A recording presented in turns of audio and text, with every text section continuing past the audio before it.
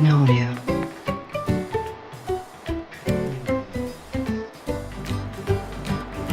Quick pause before we get started. Please review the disclosures on your screen. We'll be right with you.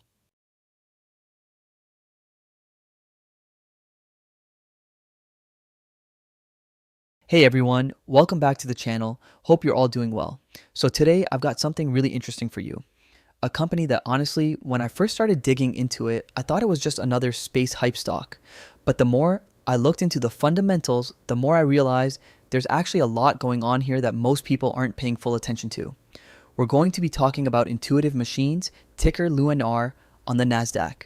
Now, before we get into it, quick disclaimer as always, this is purely research and education. I'm not telling you to go buy or sell anything.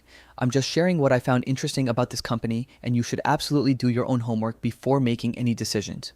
Let's get into it. Alright, so let's start with the basics.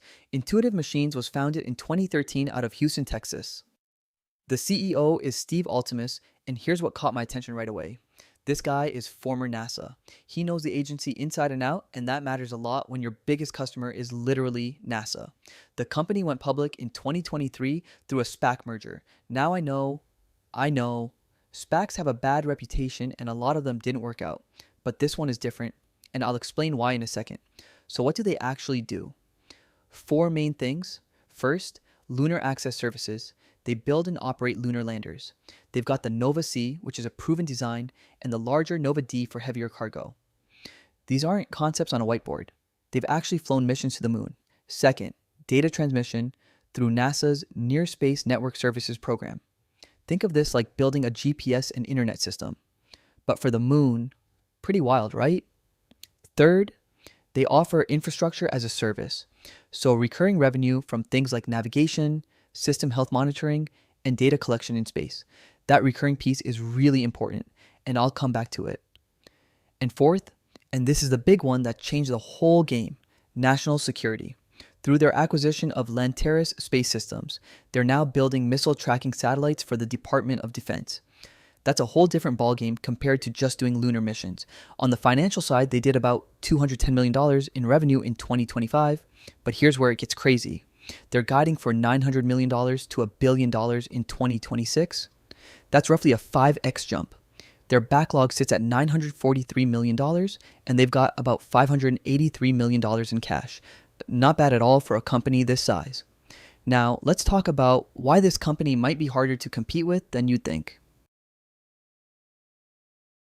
So when I research a company, one of the first things I look for is the moat. Like, what's stopping someone else from just doing the same thing? And with Intuitive Machines, I actually think the moat is stronger than people give them credit for. Let's break it down into three pillars. First, the first mover advantage. Intuitive Machines is the only US commercial company to have successfully soft landed on the moon. Let that sink in for a second.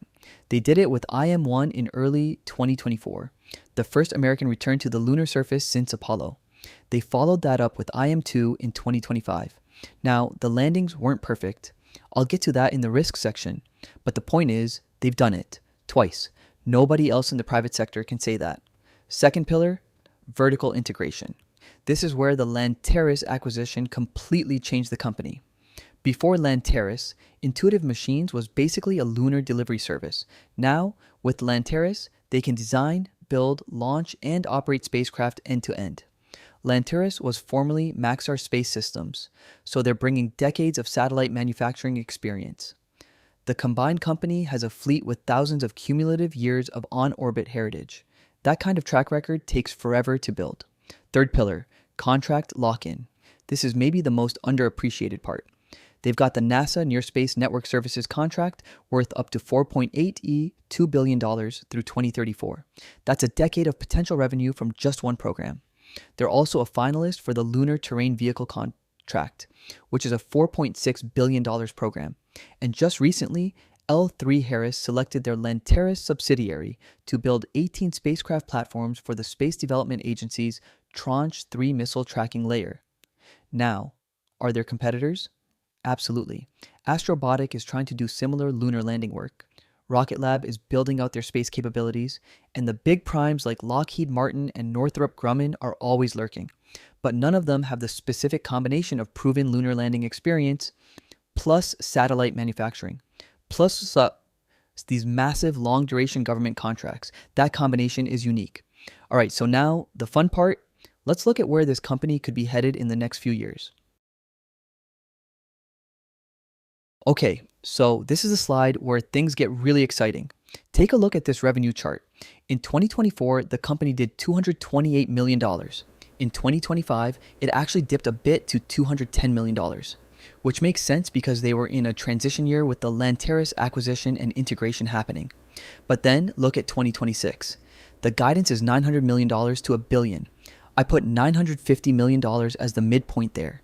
And from analysts and the company's own projections, we're looking at potentially $1.1 billion in 2027, growing to about $1.3 billion by 2029.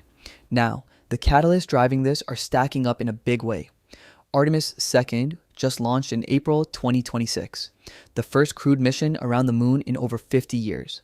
That's a massive tailwind for the entire space sector, and Intuitive Machines is right at the center of it. The Lunar Terrain Vehicle contract decision is expected soon. This thing is worth up to $4.6 billion. If they win it, the backlog goes well over $1.5 billion overnight. And here's a clever detail. Intuitive Machines structured their proposal to lease the rover to NASA rather than sell it. So when NASA isn't using it, they can lease it out to commercial customers. Smart move. SpaceX confidentially filed for their IPO recently, and the hype around that is lifting the entire space sector. It's validating the space economy as a whole, and companies like Lunar are benefiting from that rising tide. Then you've got the IM-3 mission scheduled for the first half of 2026. The company is expected to turn positive on adjusted EBITDA this year. And the Space Force fiscal year 2027 budget is showing a significant increase in spending on satellite communications and missile defense, both areas where Intuitive Machines now plays. And look at those bottom line numbers. About 5x revenue growth year over year, $943 million in backlog. The NSNS contract alone could be worth $4.82 billion. And if the growth trajectory plays out and they execute well, some analysts and community estimates suggest a potential share price in the $40 to $60 range over the next 3 to 5 years. Again, that's potential, not a guarantee, but it's not all sunshine and rainbows. Let's flip to the other side of this coin. All right, I always think it's important to be honest about the risks. You can't just talk about the upside and pretend the downside doesn't exist. That's not how good research works. On the strength side, we've covered most of this. First mover advantage in lunar landings, a massive contract pipeline with NASA and the DoD, the Lanteris acquisition opening up recurring revenue streams, a strong cash position at $582 million, and a clear path to EBITDA profitability in 2026. But here are the things that keep me up at night. First, the company is still not profitable on a net income basis.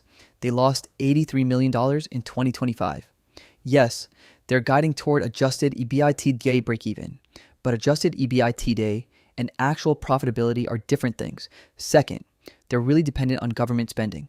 If NASA's budget gets cut or if priorities shift in Washington, which, let's be real, happens all the time, that could impact the pipeline. Third, the execution risk on this 5x revenue ramp is significant. Going from $210 million to nearly $1 billion in 1 year, that's ambitious. The Lanteris integration has to go smoothly. The mission timelines have to hold. A lot has to go right. Fourth, and this one's worth mentioning, their previous moon landings weren't exactly textbook. IM-1 tipped over on its side. IM-2 also had a hard landing. They've identified the issues and say they fixed them for IM-3, but another landing failure would seriously damage credibility. And fifth, there's been some dilution from equity raises. They just did a $175 million strategic equity raise in February 2026. That's not unusual for a growth stage company, but it does dilute existing shareholders. Now, here's an interesting angle I want to throw out there: the acquisition target idea. Think about it. You've got a company that's now a vertically integrated space prime contractor with proven lunar capabilities, deep NASA relationships, defense contracts, and satellite manufacturing. That's exactly the kind of capability that a large defense prime would love to bolt on. Lockheed Martin, L3 Harris, who already works with them, Northrop Grumman, Boeing, even RTX could all theoretically be interested. I'm not saying it's going to happen, but the optionality is there, and it adds another potential dimension for shareholders to think about. All right, let's wrap this up.